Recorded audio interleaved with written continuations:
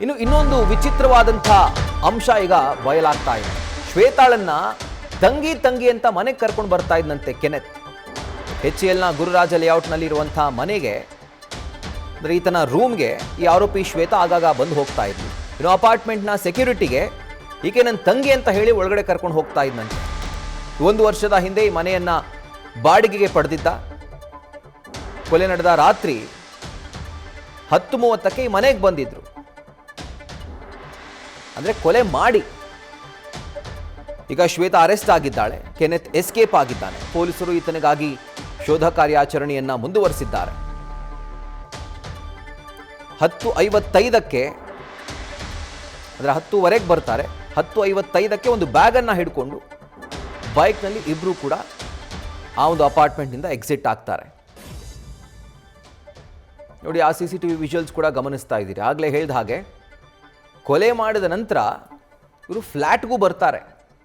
ತಮ್ಮ ಲಗೇಜು ಏನೆಲ್ಲ ಎಸೆನ್ಷಿಯಲ್ಸ್ ಇದೆಯೋ ಎಲ್ಲವನ್ನು ಕೂಡ ಪ್ಯಾಕ್ ಮಾಡಿಕೊಂಡು ಅಲ್ಲಿಂದ ಬೈಕ್ನಲ್ಲಿ ತೆರಳುತ್ತಾ ಇರುವಂಥ ವಿಜುವಲ್ಸ್ ಕೂಡ ನೀವು ಗಮನಿಸ್ತಾ ಇದ್ದೀರಿ.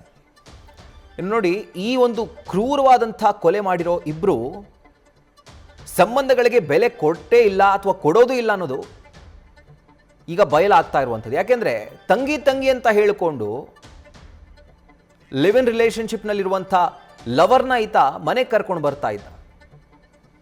ಕೆನೆತ್ ಜೊತೆಗೆ ರೂಮ್ಗೆ ಆರೋಪಿ ಶ್ವೇತಾ ಕೂಡ ಬಂದು ಹೋಗ್ತಾ ಇದ್ಲು. ಕಳೆದ 4 ತಿಂಗಳಿಂದ ಈ ಮನೆಗೆ ಶ್ವೇತಾ ಬಂದಿರಲಿಲ್ಲ. ಆದರೆ ಕೊಲೆ ನಡೆದ ದಿನ ರಾತ್ರಿ 10:30ಕ್ಕೆ ಈ ಮನೆಗೆ ಇಬ್ಬರು ಕೂಡ ಎಂಟ್ರಿ ಕೊಡ್ತಾರೆ.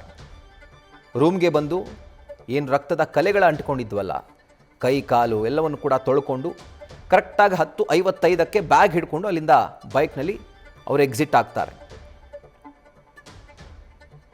ಆ್ಯಂಡ್ ಯಾವುದೇ ರೀತಿಯಾದಂಥ ಒಂದು ಚಿಕ್ಕ ಗಿಲ್ಟ್ ಕೂಡ ಇಲ್ಲ ಈಕೆಗೆ.